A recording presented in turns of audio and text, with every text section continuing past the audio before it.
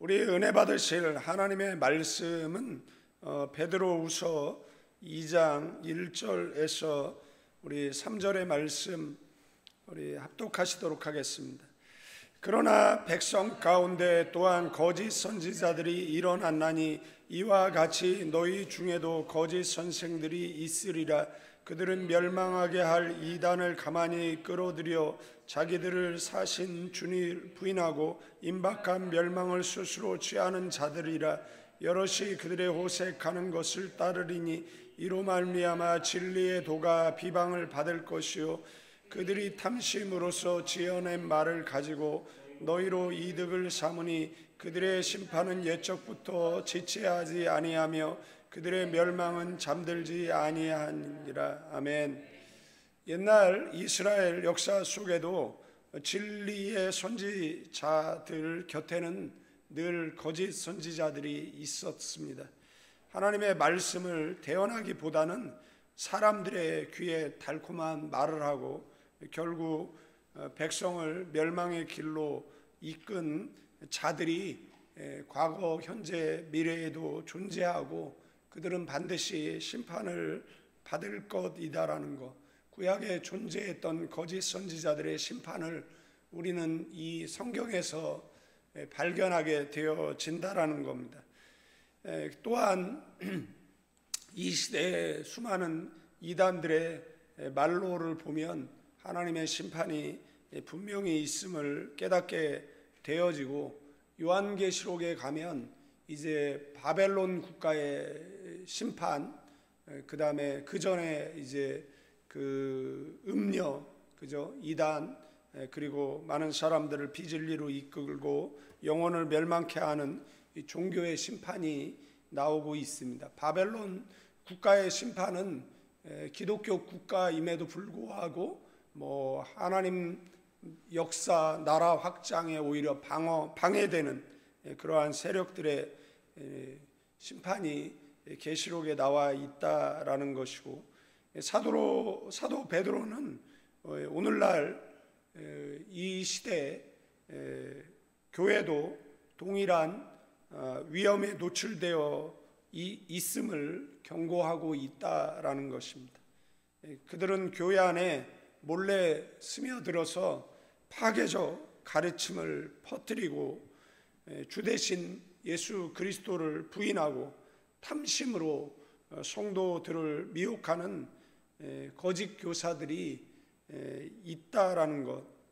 오늘 말씀을 따라 우리는 이 거짓 교사들의 세 가지 특징 그리고 그들의 결과를 살펴보고 이런 거짓 교사들을 경계하고 그리고 분별의 은혜가 있는 그 은혜가 임하는 저와 여러분 되기를 축원드리겠습니다.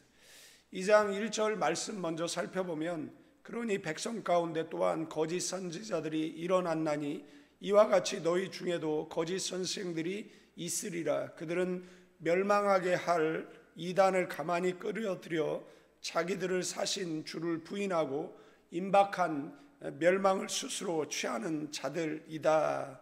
이 내용 속에 멸망하게 할 이단을 가만히 끌어들여라고 경고하고 있습니다.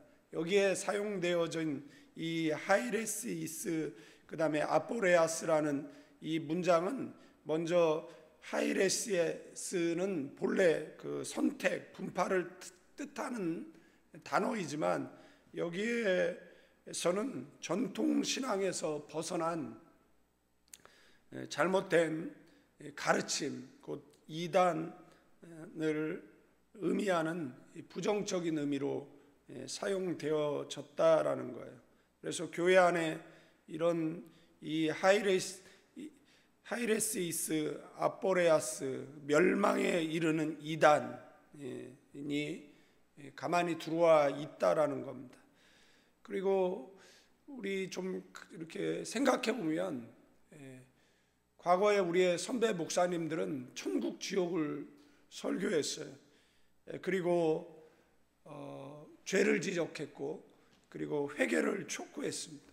그러나 요즘 설교를 들어보면, 그리고 또 하는 사람들 입장에서 받는 유혹이 있다라면 번영신학이라는 겁니다. 하나님의 뜻보다는 그런 어떤 물질적인 성공과 행복을 강조하는 가르침이 교회 안에서 넘쳐나고 있다라는 것, 또한 자기 개발식 복음, 그리고 심리학적 동기부여, 긍정의 힘을 복음과 동일시하는 풍조, 그리고 그 시대에 살아간다라는 겁니다.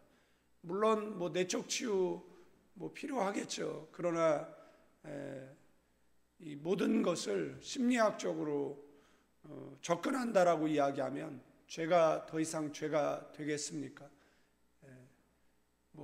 정신분석학에서 사람들이 그 이상행동하는 그 근본 원인은 그 트라우마 때문에 그렇다라고 이야기하는데, 만약에 트라우마로 모든 것을 변명한다라면 그 사람들은 회개해야 될 사람들이 아니라 위로받아야 되고, 그리고 상처를 치유받아야 될 사람이 되는 것이잖아요. 성경은 그 모든 것들을 죄라고 이야기하고 있는데, 교회 안에 이런 심리학이 깊이 뿌리를 받고 있고, 이런 것들이 가만히 들어와 있다라는 겁니다. 성경의 진리를 절대 기준으로 보지 않는 것입니다. 시대와 문화에 맞게 재해석해야 한다라는 그런 상대주의자들도 교회 안에 가만히 들어와 있을 뿐만 아니라 신비주의자들, 그래서 진리에 기초한 어떤 체험이 아닌 그 자신의 그런 주관적 체험을 중요시하고 강조하는, 그리고 사람을 보고 그 다음에 자신이 개인적으로 생각하고 정보를 취합해가지고 모은 것 가지고 마치 점쟁이들이 하듯이 그렇게 예언이라는 그 포장지에 씌워가지고 오남용하는 그런 모습 또한 보게 되어진다라는 겁니다. 결국 교회의 역사 속에서처럼 오늘날에도 진리를 떠난 이 가르침, 이 신앙을 멸망의 길로 끌고 간다라는 점을 우리는 기억해야 된다라는 거예요. 여기 아포레이아, 이 멸망, 파멸, 그래서 이 두 단어를 합치면 사람들을 멸망으로 끌고 가는 가르침이다라고 볼 수가 있습니다.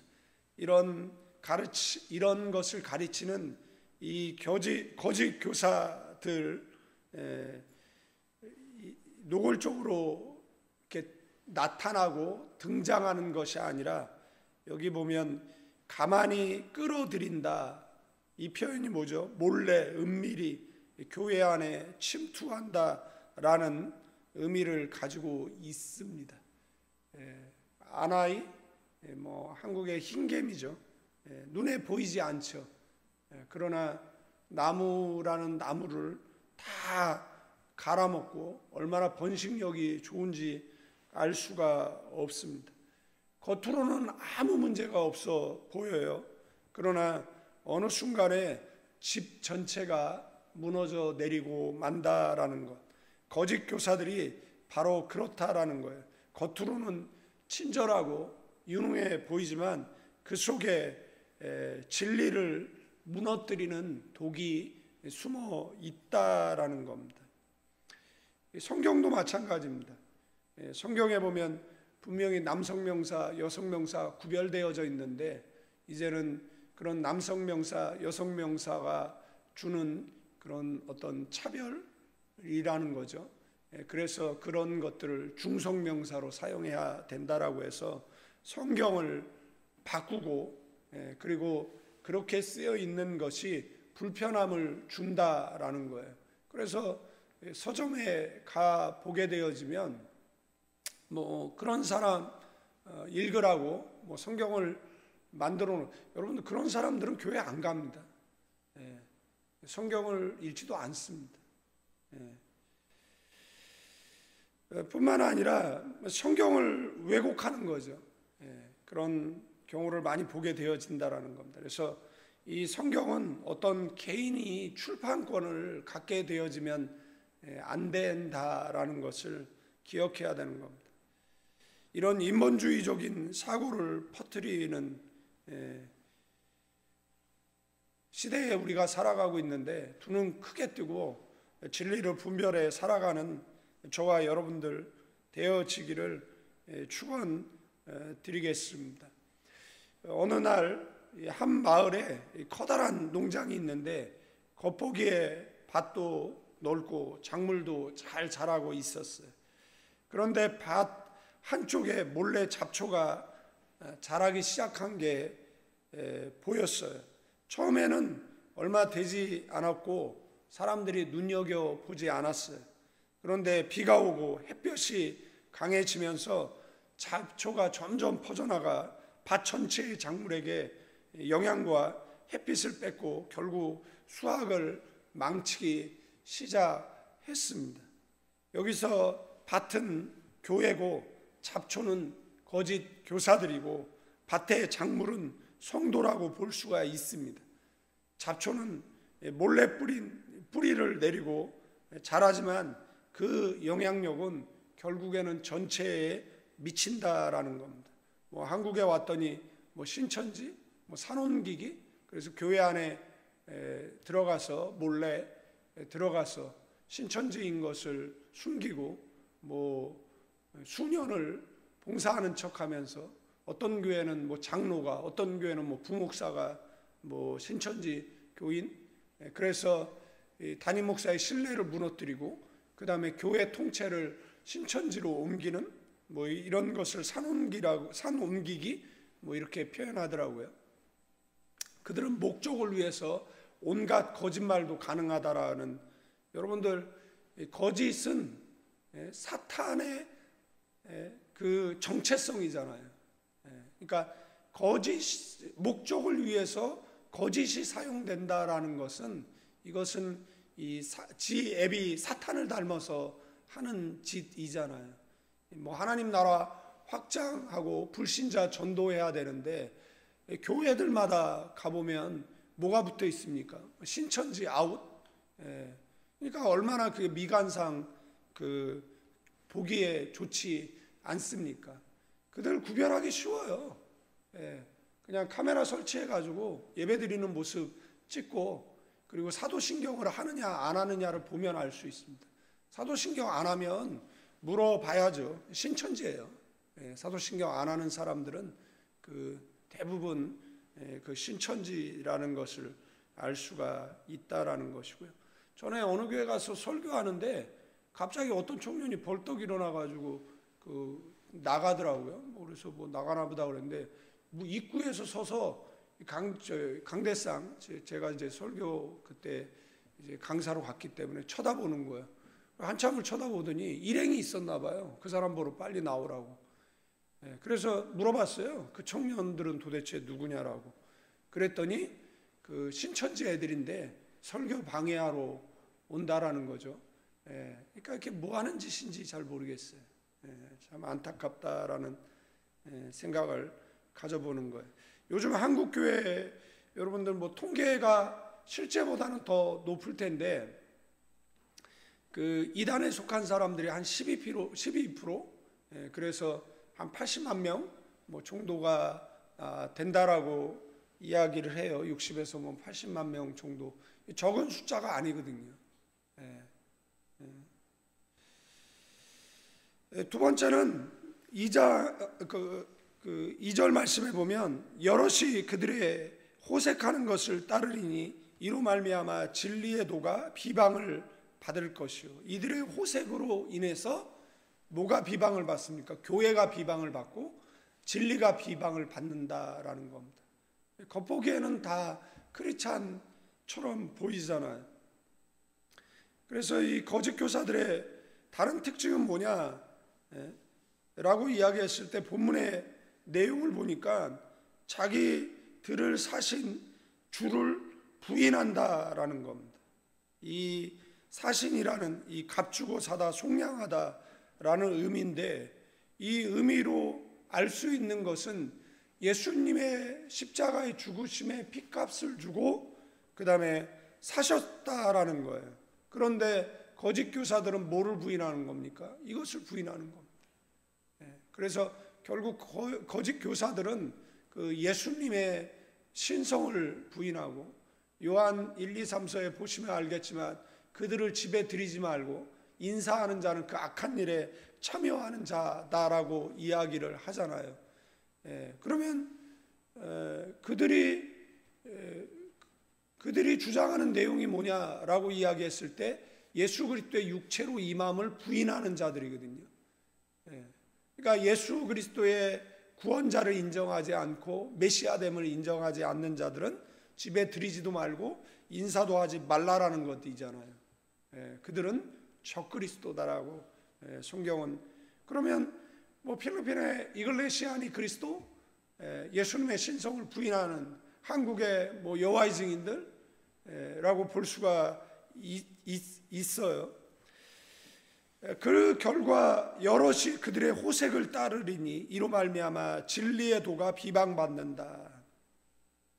여기에 호도스라는 단순한 길이 아니라 그리스도인의 삶의 태도, 신앙의 여정을 가리킵니다. 그래서 거짓 교사들의 방탕한 행실이 결국 복음의 길 자체를 세상 사람들의 비난받게 만든다라는 것. 그래서 오늘날에도 이 본영신학이라든지 성적 타락을 덮는 잘못된 은혜라든지 말씀보다 감정 그리고 경험을 앞세우는 풍조들이 결국 비방을 받게, 그러니까 복음을 비방받게 한다라는 겁니다. 이 3절 말씀, 그들이 탐심으로써 지어낸 말을 가지고 너희로 이득을 삼으니 그들의 심판은 옛적부터 지체하지 아니하며 그들의 멸망은 잠들지 아니하느니라. 마지막으로 거짓 교사들의 특징이 뭐냐, 이단의 특징이 뭐냐라고 이야기했을 때 탐심이라는 겁니다. 탐심으로 지어낸 말을 가지고 너희로 이득을 삼는다라고. 이 말이 뭐죠? 조작된 말, 꾸며낸 말이다라는 겁니다.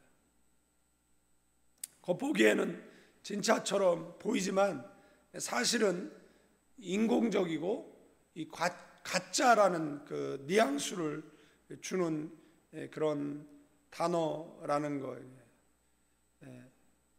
그러니까 말씀에 입각한 이야기가 아니라 뭐 자신의 그 하고 싶은 말, 지어낸 말, 그리고 성도들이 듣기 좋아하는 말. 성경에 나오잖아요. 일만 스승을 두고, 귀가 가려워서 일만 스승을 두었다라는 이런 표현 또한 나오는 것을 보게 되어지는 겁니다. 그래서 거짓 교사들의 말은 화려하고 논리적일 수 있지만 속은 비어있고 목적은 단 하나다라는 거예요. 성도들의 주머니의 것을 자기 주머니로 채우기 위한 것이다라는 것이죠. 요즘 모르는 번호는 전혀 받지를 않습니다. 그냥 일반 전화는 나중에 검색해 보면 보이스피싱 의심 번호다 이렇게 표시가 되고, 그 다음에 핸드폰 번호는 연락이 오겠죠. 아니면 문자로 모르는 번호니까 나는 누구라든지 이런 걸 밝히겠죠. 그 외에는 전화를 잘 받지 않는 불신의 사회가 되어져 버리고 말았는데, 이 보이스피싱에 의해서 조 단위의 돈들이 그들의 호주머니로 들어가는 것이잖아요.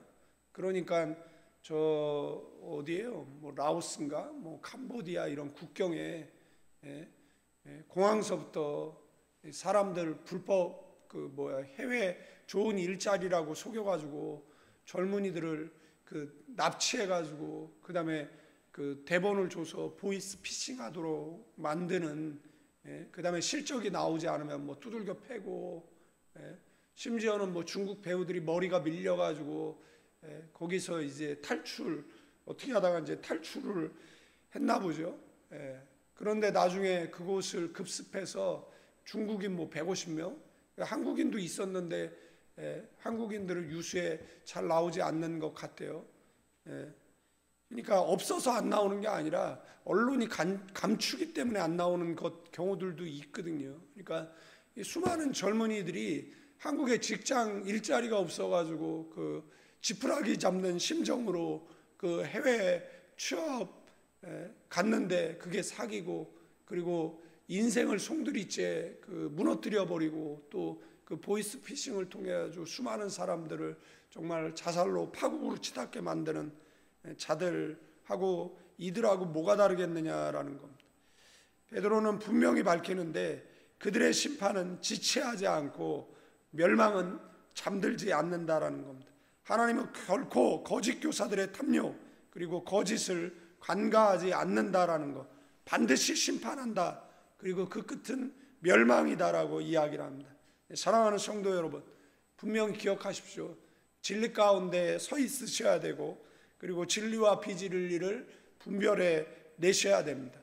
세상에 이것이 사기인지 아닌지, 보이스피싱인지 아닌지 분별이 필요한 것처럼 우리의 영혼을 그 멸망으로 이끄는 그러한 사단 세력들을 분별하는 그러한 영안과 그 다음에 영적 실력이 있는 저와 여러분 되기를 주님의 이름으로 축원드리겠습니다. 그러기 위해서 우리가 뭘 해야 돼요? 아웃라이어 그 1만 시간의 법칙이 있잖아요. 신앙도 그렇거든요. 하루에 시간을 내서 성경을 읽고 그 다음에 기도를 하는 것입니다. 그 한 시간 한 시간이 모여가지고 우리를 영적으로 성장시키고 이런 이단을 분별하고 진리 가운데 서 있게 만드는 줄로 믿습니다. 베드로는 초대 교회의 성도들뿐만 아니라 오늘 그리고 앞으로 살아갈 모든 세대에게 외치는 거예요. 거짓 교사들이 교회 안에 몰래 스며든다라는 거예요. 그러니까 분별하라는 겁니다. 주의하고 경계하라는 것이고, 그들은 진리를 부인하고 방탕을 조장한다라는 겁니다. 그리고 그렇기 때문에 삶으로 복음을 드러내야 한다라는 것. 그들은 탐심으로 꾸며낸 말로 성도를 속인다라는 겁니다. 그러므로 성도는 탐심이 아니라 말씀과 경건으로 살아야 하는 줄로 믿습니다. 오늘에도 우리가 살아가는 이 시대에도 심리학, 번영시나 인본주의시나 자기 개발식 복음이 교회를 미혹한다라는 것. 그러나 진리를 끝까지 붙들고 인내하는 성도에게 하나님은 영원한 생명 그리고 영광을 약속하시는 줄로 믿습니다. 우리 기도합니다. 거룩하신 하나님, 오늘 말씀을 신비에 새깁니다. 말씀 부여잡고 승리하는 주님 앞에 어여찌 떳떳이 서는 우리 모두가 되게 하옵소서. 이제는 우리 주 예수 그리스도의 은혜와 우리 아버지 하나님의 극진하신 사랑, 성령님의 감화 감동 교통 충만 축복하심이 이 새벽에 기도하는 믿음의 사람들 위해 이제로부터 영원까지 함께 계실지어다.